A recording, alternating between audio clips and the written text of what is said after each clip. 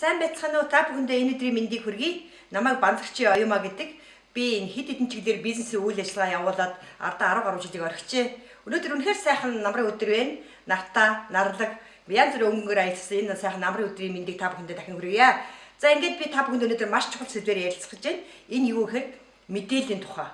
Тэгэхээр бид нар таны ходоод хогийн сав мөн үү гэж хүмүүсээс асуудаг. Өөрсдөөсөө асуудаг. Магадгүй ходоод хогийн сав биш боловч бид нар маш их хогийг ходоодлогоо чигтдэг. Өөрөөр хэлбэл эрүүл мэндийн хортой бүтээгдэхүүн хэрэглэдэг. Яг түүнтэй адилхан өнөөдөр мэдээллийн эрен ихэлсэн боловч мэдээллийн илүүдэл, мэдээллийн хомсдол гэдэг хоёр зүйл байдаг. Тэр мэдээллийн илүүдэл чинь мэдээллийн хомсдолтой адил бас юм хортой зүйл юм аа. Би бол одоо социализм үеийн бүтээгдэхүүн тодорхой хугацааны амьдралаар би социализмын үед өнгөрөөсөн. Тэр үед бол бид нар мэдээллийн хомсдолд байсан. Тэр мэдээллийн хомсдол мэдээж бас нэг аюултай хэлбэр. Мөн үүнтэй адилхан одоо бидний 20 дугаар зуунд мэдээллийн илүүдлөө орсон, мэдээллийн эренлөө орсон байж байгаа. Тэгэхээр таны тарих хогийн сав мөн үү гэдгийг та өөрөө шийдэх нь. Тэгэхээр таны тарих чинь өөрөө тодорхой батаамжтай, тодорхой хүчин чадалтай, тодорхой потенциалтай.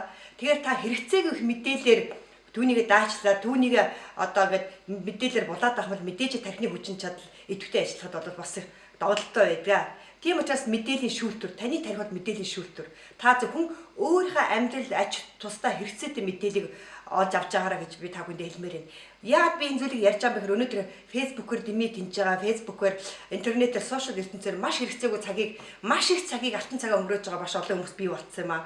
Тийм учраас бол та энэ мэдээллийг өөртөө ашигтай байдлаар ашиглахын тулд, хэрэглэхийн тулд зөвхөн таны амьдралыг үр бүтээмжийг нэмэгдүүлэх тийм мэдээллийг авч бусад мэдээллийг олвол орхиж одоо сөрөг мэдээллүүд энэ орхиж хайц сурах юм бол таны амьдрал маш их өөрчлөлт орно.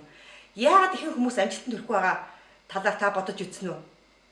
Яагаад бол ихэнх хүмүүс амжилтанд хүрэх хүмүүсийн маш энгийн нууцуудыг мэддгүүд оршдог юм аа. Тэгэхээр хэрвээ ихэнх хүн өөрөөр хэлбэл та урсгалыг сөржээж амжилтанд хүрнэ. Та бусад хүмүүсийн маасыг дагаад ингээд нэг урсгалаар явах юм бол бусад хүмүүс яаж амьдарч байна? Яг тэр амьдралаар л амьдрна. Та өөрөөсөө асуугаад үзэр миний эргэн тойронд юу хийж байна? Миний өнгөрсөн ирээдүйд миний аав ээж юу хийж бүтээсэн? Өнөөдөр хүмүүс юу хийж бүтээж байна? Эргэн тойронд хүмүүс амьдрал ямар байна? Ихэнх хүмүүсийн амьдрал мэдээж өнөөдөр санхүүгийн байдал хямралтай байгаа тул тийм сайн байх байгаа. Гэхдээ та ямар ч тохиол маасыг дагаад бол амжилтанд хүрэх үү? Тэхийн тулд та яхагвар хэрэг бусад хүмүүс зурагт үзчихвэл та ном унш. Бусад хүмүүс фэйсбүүкээр дэмий тэнжээвэл та хүнд хэрэгцээтэй мэдээллийг сошиал ертөнцийн интернет ертөнцид байрлуул. Бусад хүмүүс ууртаа уцаартай байвал та нэмсгэл. Бусад хүмүүс амьдралын хэвэн маягаа өрн таран хийгээд буруу амьдралын хэвэн маяг тавьвал та амьдралын хэвэн маягаа зөв болоод эрүүл мэндийн хөрөнгө оруулалт тэгээд спортоор хичээл. Бусад хүмүүс гэртээ дэмий суугаад байвал ерөөсөө гэр ажлын замаа болгосон бол та амьдралаа аялал болго. Ингэж та бусад хүмүүсийг хийгээгүй зүйлийг хийж амжилтанд хүрнэ.